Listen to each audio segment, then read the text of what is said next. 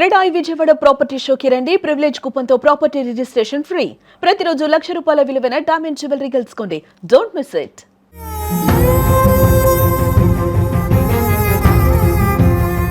అందరికీ నమస్కారం. నేను Swarupa Potlapalli. Welcome to Suman TV. Cancer ఈ మాట ఎత్తితేనే బెంబేలెత్తిపోవాల్సి వస్తుంది.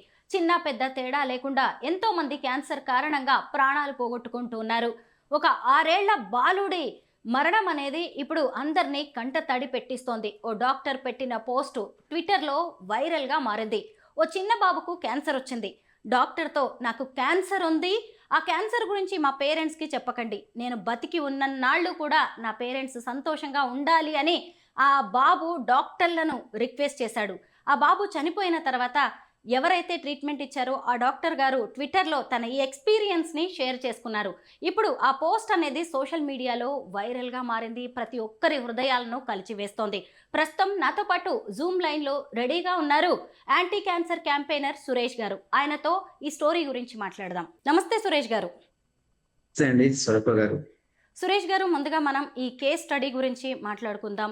ఈ బాబుకి ఎవరికైతే క్యాన్సర్ వచ్చిందో, చాలా చిన్న బాబు, ఆ వయసులోనే అతను ఎంత మెచ్యూరిటీని ప్రదర్శించి తన తల్లిదండ్రులు బాధపడకూడదు అని ఎంతో బాధని దిగమింగాడు. అలాగే వాళ్ళ తల్లిదండ్రులు కూడా అండి. ఈ స్టోరీ గురించి మీకు తెలిసిన డీటెయిల్స్ చెప్పండి.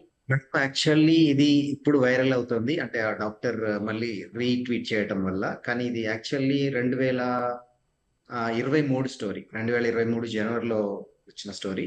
ఆ బాబుకి గ్లయోబాస్టోమా మల్టీఫార్మి అనే ఒక రేర్ బ్రెయిన్ కి సంబంధించిన క్యాన్సర్. అది యాక్చువల్లీ క్యాన్సర్ లో డిటెక్ట్ అయ్యే టైంకే, ఏ క్యాన్సర్ అయినా most of the cases detect అయ్యే టైంకే 4th, 3rd స్టేజ్ అది వాళ్ళ దురదృష్టం, లేకపోతే ఇంకా నేచర్ అని చెప్పాలి, దేవుడి అని చెప్పాలి. 4th స్టేజ్కి వచ్చేసరికి ఆ బాబుకి చాలా సివియర్ కండిషన్ ఉంది. ఆ కండిషన్ లో లెఫ్ట్ సైడ్, యాక్చువల్ గా బ్రెయిన్ లెఫ్ట్ సైడ్ కి ఇష్యూ ఉంది. దానివల్ల తనకి పారాలసిస్ కూడా వచ్చింది. వీళ్ళు ఇదంతా గుర్తించే టైంకే ఇప్పుడు చాలా పిల్లలు చాలా ఫాస్ట్ ఉన్నారు కదా, వాళ్ళు ఆ అబ్బాయి తనకున్న సిమ్టమ్స్ ని తన ట్యాబ్ లో చెక్ చేయడం స్టార్ట్ చేసిన తర్వాత ఆ బాబుకి రియలైజ్ అయిపోయాడు, ఇది నాకు వచ్చింది క్యాన్సర్, నాకు ఇంకెక్కువ టైం లేదు అని. అంటే ఇప్పుడు నేను చెప్తుంటే కూడా నాకు చాలా గూస్ బంప్స్ వస్తున్నాయి. అంటే ఆ కండిషన్ ని ఆ ఏజ్ బాబు డైజెస్ట్ చేసుకోవడం అనేది ఒక విషయం అయితే, దాన్ని మళ్ళీ నా పేరెంట్స్ కి తెలవద్దు అని డాక్టర్స్ రిక్వెస్ట్ చేయడం అనేది ఇంకా పీక్స్ అన్నమాట. అంటే ఏమంటారు అంటే, పరిణితి అంటారు కదా, పరిణతి చెందిన అని అంటారు కదా, పువ్వు పుట్టగానే వర్ణిస్తారు. ఇలాంటి ఒక ఎక్స్ప్రెషన్ మనం ఇక్కడ వాడొచ్చు. ఎందుకు అని అంటే, నాకు అయింది డాడీ, నాకు అయింది మమ్మీ అని చిన్న దెబ్బ తగిలితేనే బాగా ఏడ్చే స్టేజ్ అది. 8 years అంటే చాలా తట్టుకోలేని స్టేజ్. అలాంటిది ఎంతో మెచ్యూర్గా నా పేరెంట్స్ నా తర్వాత కూడా చాలా హ్యాపీగా ఉండాలి, అసలు నాకు ఇది ఉంది అని తెలవద్దని రిక్వెస్ట్ చేయడం అనేది చాలా, అసలు మనం ఎక్స్పెక్ట్ చేయలేని ఒక బాధ అన్నట్టు. ఆ డాక్టర్, మనం ఇప్పుడు మాట్లాడుకుంటూనే మనం అసలు ఆ సిచ్యువేషన్ ని మనం ఊహించుకుంటూనే మనం ఇమాజిన్ చేసుకోలేనంత పరిస్థితి ఉంది. అలాంటిది అక్కడ ఉన్న పేరెంట్స్ కానీ, లేకపోతే అది ఫేస్ చేసిన డాక్టర్ కానీ, వాళ్ళ ఆ కండిషన్ మీరు ఒక్కసారి ఇమాజిన్ చేస్తే తట్టుకోలేరు ఎవరైనా. అంటే ఈ ఈ స్టేజ్ ని దాటడం చాలా చాలా కష్టం అండి ఎవరికైనా. అంటే ఇద్దరు వచ్చిన విక్టిమ్ అయినా, అది ఫేస్ చేసిన పేరెంట్స్ అయినా, ట్రీట్ చేసే డాక్టర్ అయినా. అంటే డాక్టర్స్ నెంబర్ ఆఫ్ కేసెస్ చూస్తారు కాబట్టి వాళ్ళకి సరే కన్సోల్ చేయగలుగుతారేమో. కానీ ఒక ఫ్యామిలీలో ఒకసారి ఒక పర్సన్ క్యాన్సర్ పేషెంట్ వచ్చారంటే తన ఆ లైఫ్ మొత్తం ఎంటాడుతూనే ఉంటుంది ఆ ఫ్యామిలీని. అది ఇక్కడ చాలా మాట్లాడుకోవాల్సిన విషయం. అంటే ఈ స్టోరీ మనం ముందుకు తీసుకురావడానికి కూడా కారణం ఏంటంటే, దీని ద్వారా చాలా మంది ఎడ్యుకేట్ అయ్యి కొంచెమైనా జాగ్రత్త పడతారనేది సుమన్ టీవీ చేసే ప్రయత్నం కానీ, మీరు చేసే ప్రయత్నం కానీ, యాంటీ క్యాన్సర్ క్యాంపెయినర్ గా నేను చేసే ప్రయత్నం కాదు. సురేష్ గారు, ఇక్కడ మనం ఆ బాబుతో పాటు ఆ పేరెంట్స్ గురించి కూడా మాట్లాడుకోవాలి. ఎందుకంటే పేరెంట్స్ అప్పటికే చాలా మంది డాక్టర్స్ని కన్సల్ట్ చేశారు. వాళ్ళకి తెలుసు బాబుకి క్యాన్సర్ వచ్చింది, అది మెదడు క్యాన్సర్, 4th స్టేజ్లో ఉంది, బాబు 6 monthsకి మించి బతకడు అని. సెకండ్ ఒపీనియన్ కోసం ఈ డాక్టర్ గారి దగ్గరికి తీసుకొచ్చారు. అప్పుడు వాళ్ళు లోపలికి వచ్చి డాక్టర్తో మాట్లాడి బయటికి వెళ్ళారంటే, ఆ టైంలో బాబు లోపలికి రాలేదు. వాళ్ళు బయటికి వెళ్ళిన తర్వాత డాక్టర్ గారు ఆ బాబుని లోపలికి పిలిచి మాట్లాడినప్పుడు ఇదంతా జరిగింది. కానీ తమ కొడుక్కి క్యాన్సర్ వచ్చిందని అటు పిల్లాడికి తల్లిదండ్రులు చెప్పలేదు, తల్లిదండ్రుల దగ్గర పిల్లాడు బయటపడలేదు. ఎవరికి వాళ్ళు ఎంతో సంతోషంగా ఉండడానికి, ఆ చివరి రోజుల్ని గడపడానికి ప్రయత్నించారు.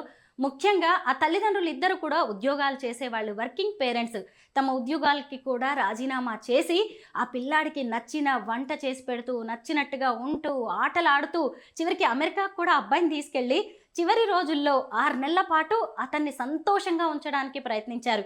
6 నెలల ఆయుష్ కాస్త 8 నెలలకు పెరిగింది. ఆ తర్వాత ఆ బాబు చనిపోయాడు. అంటే డాక్టర్లు ఇటు పేరెంట్స్ చేసిన క్యాన్సర్ అనేది ఎలా ఉంటుందో మనందరికీ తెలిసింది కదా. అయితే మీ దగ్గరకు కూడా ఇలాంటి కేసెస్ చాలా వస్తూ ఉంటాయి సురేష్ గారు. ఇప్పుడు prevention is better than cure అన్నట్టుగా క్యాన్సర్ వచ్చిన తర్వాత మనం అందరం భయపడిపోతున్నాం, రకరకాల ట్రీట్మెంట్స్ తీసుకుంటున్నాం, డాక్టర్లు మాత్రం ఏం చేయగలరు?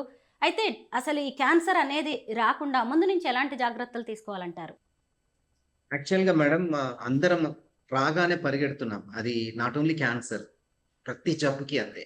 తలనొప్పి వస్తే సిమ్టమ్ వస్తే పోతాము, కాళ్ళ నొప్పి వస్తే సిమ్టమ్ వస్తే పోతాము. కానీ ఆ సిమ్టమ్ రావడానికి ముందే చాలా రోజుల ముందు నుంచే దానికి బీజం పడుతుంది అన్న విషయం చాలా మంది మర్చిపోతున్నారు. మనకి అడ్వాన్స్డ్ మెడిసిన్ వచ్చింది, అడ్వాన్స్డ్ ట్రీట్మెంట్ వచ్చింది. అదంతా వచ్చిన తర్వాతనే వచ్చింది. అంటే ఒక డిసీజ్ ఉంటే దానికి పరిశోధన చేసి దాన్ని తగ్గించడానికి, లేకపోతే దాన్ని అక్కడ నిలువరించడానికి జరిగిన ప్రయత్నాలు జరిగాయి తప్ప రాకుండా చేయడానికి అన్నది అడ్వాన్స్ మెడికల్ సైన్స్ లో లేదు. కానీ మన ఇంటి ఒంటిల్లు ఇచ్చింది, మన ఆయుర్వేదం ఇచ్చింది, మన నేచర్ మెడిసిన్ ఇచ్చింది, మన ప్రకృతి ఇచ్చింది, మన ఫుడ్ ఇచ్చింది.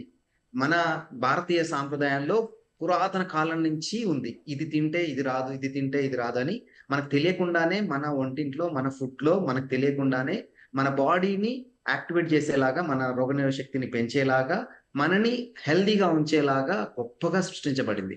కానీ అది అవన్నీ మర్చిపోయి మనం పరిగెత్తి ఉద్యోగ వేటలో, డబ్బుల వేటలో, కెరీర్ వేటలో, సక్సెస్ వేటలో ఇవన్నీ పరిగెత్తు మనం వాటిని న్యాచురల్ గా వచ్చిన వాటిని అన్నింటినీ డిస్కంఫర్టబుల్ చేసుకుంటూ మనం ఇలాంటి జబ్బుల బారిన పడుతున్నాం.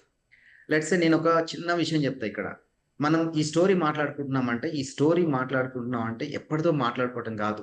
ఇప్పుడున్న కండిషన్ కి ఇంకా 100 రెట్లు ఇంకా ముందు ఇంకా చూడబోతున్నాం. ఎప్పుడో 3 సంవత్సరాల స్టోరీ మాట్లాడుతున్నాం, కానీ ఇప్పుడు అంతకంటే ఎక్కువ మంది ఉన్నారు. ఇంకొక 2 years 3 years లో ఇంకెక్కువ మంది అవుతారు, ఇంకొక 10 years లో ఇంకెక్కువ మంది అవుతారు. అంటే ఎక్కడో ఒక కేసు చూసిన మనం ఇవాళ ప్రతి 10 మందిలో 5 చూస్తున్నాం. ఎందుకు అనంటే మనం మార్చలేనంత దూరం వచ్చేసాం, అంత అడల్టరేషన్ అయిపోయాం ఫుడ్ లో, పొల్యూషన్ లో, అన్నిట్లలో.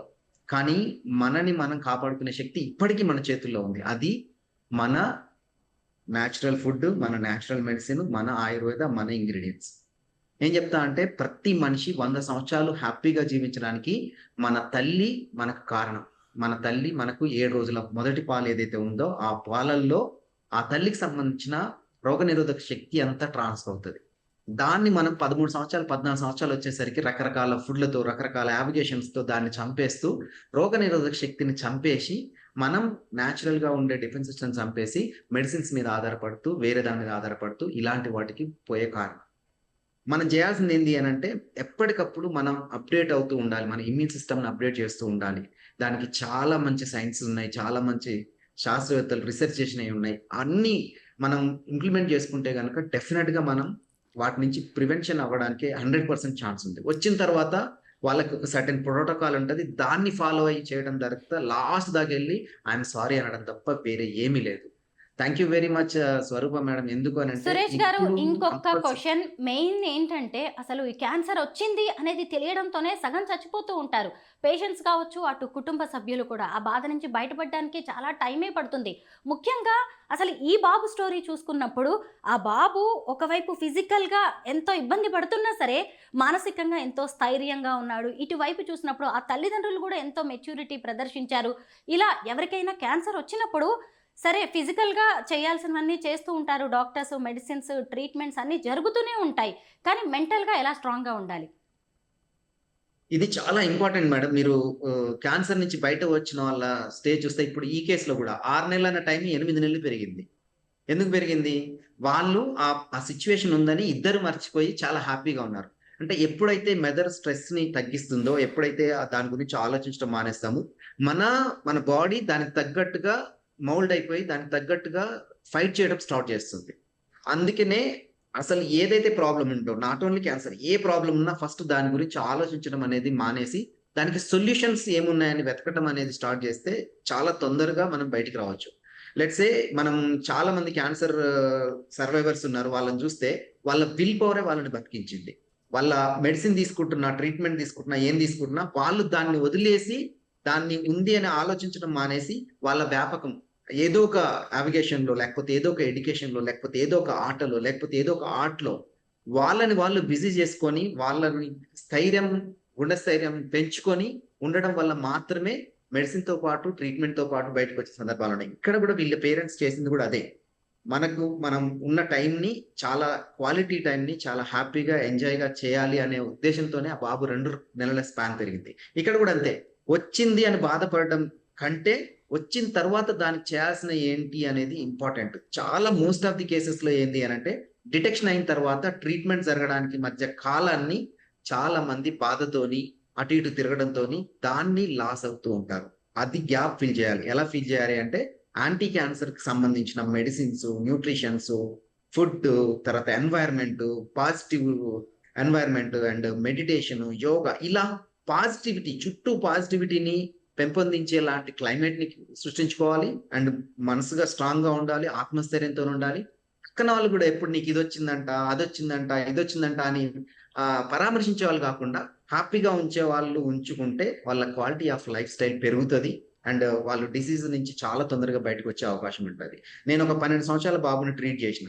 12 సంవత్సరాల బాబు ట్రీట్ చేస్తే ఇవాటికి చాలా హ్యాపీగా, హెల్తీగా లైఫ్ లీడ్ చేస్తున్నాడు. అవుట్ ఆఫ్ క్యాన్సర్ అయ్యాడు. వాళ్ళకి ఒక్కటే చెప్పిన, మీ బాబు ఏ ప్రాబ్లం లేదు, జస్ట్ ఒక చిన్న ప్రాబ్లం వచ్చింది, అది నార్మల్ గా అందరికి ఉండేదే, కొంచెం ఎక్కువ ఉంది అని చెప్పా. ఇది మీరు ఎప్పుడైతే డైజెస్ట్ చేసుకుంటారో మీ బాబు హెల్తీగా ఉంటారు అని చెప్పా. దాంతో పాటు మనం ఇచ్చిన ప్రోటోకాల్ ఎలాగో ఉంది. వాటితోని వాళ్ళు, ఆ అబ్బాయి 12 సంవత్సరాల బాబు ఇవాళ హెల్తీగా ఉన్నారు. నాకు చూసినప్పుడల్లా చాలా హ్యాపీగా, సంతోషంగా అనిపిస్తుంది. తనను చూసి ఇంకా 2-3 వచ్చి మన దగ్గరకు వచ్చి దానికి బయటపడిన సందర్భాలు ఉంటాయి. అంటే పెద్దవాళ్ళు వచ్చినా కానీ మనం ఒకటే చెప్తా, అమ్మ మీరు చేయాల్సింది ఏంది అని అంటే ఇప్పుడు దాని గురించి ఆలోచించి చేసేది ఏమీ లేదు. మీరు దాని నుంచి బయటకు రావడానికి మంచి ఏమున్నాయో, మీకు ఎక్కడ మంచి హ్యాపీ ఉంటుందో, ఎక్కడ సంతోషం ఉంటుందో, ఎక్కడ మీ చుట్టూ పాజిటివ్ పీపుల్ ఉంటారో వాళ్ళతోని గడపండి అని చెప్తాం. విన్న వాళ్ళు చాలా బాగుంటారు. వినని వాళ్ళు దాని గురించి ఆలోచిస్తూ దాని గురించి ఏలుస్తున్న వాళ్ళు తొందరగా వాళ్ళ టైంని లాస్ కావాల్సిన అవసరం వస్తుంది. ఆ అది చాలా బ్యాడ్ సిచ్యువేషన్ ఈ కేసెస్ లో. క్యాన్సర్ వచ్చింది అని భయపడడం కంటే రావడానికి ముందే ఎలాంటి జాగ్రత్తలు తీసుకోవాలి, ఒకవేళ క్యాన్సర్ వచ్చినా మానసికంగా ఎలా ధైర్యంగా ఉండాలి అనేది చక్కగా వివరించారు. Thank you so much Suresh garu. Thank you.